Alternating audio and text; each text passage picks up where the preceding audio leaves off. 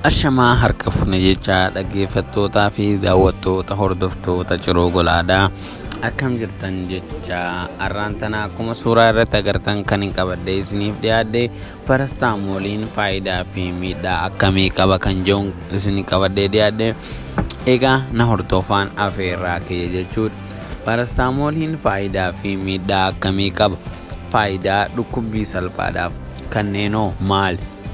Tokkoffaarratti dhukkubbii mataa dhukkubbii, lammaffaan dhukkubbii dugdaa, sadaffaan dhukkubbii ilkaanii, afuraffaan dhukkubbii yeroo marsaa laguu, shanaffaan dhaangaa gubaa yookaan lagdaadhaaf. Egaa parastamooliin ni fayyada jechuudha.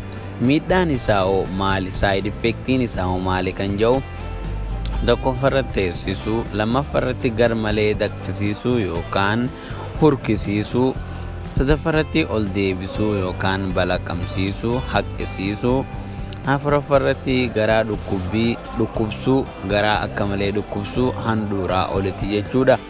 Yoo maal nu taasise mana yaalaa deemuu qabna kan jedhu tokkoffaarratti halluu bobaa gurraachamsuu, lammaffaarratti halluu fincaanii diimessuu, sadaffaarratti fincaan garmalee hirdhisuu, hanga fincaanii kan duraan fincaantuun gaditti akka malee hirdhachuu, arfaffaarratti gogaa irratti wanti akka halluu diddiimtuu fafaca'uu fi hooqsisuu nama nyaatu jechuudha.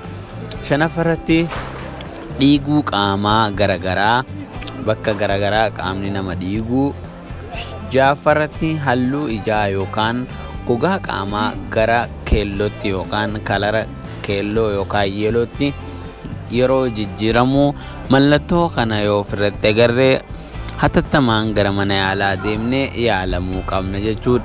Egaa fayyaan faayaa waan hordoftaniif galatoomaa jecha chaanaala keenya asumaan subscribe gochuudhaan nu hordofuu dandeessaniin isiniin jaa. Hanga viidiyoo birootiin walitti deebinutti turtii gaarii.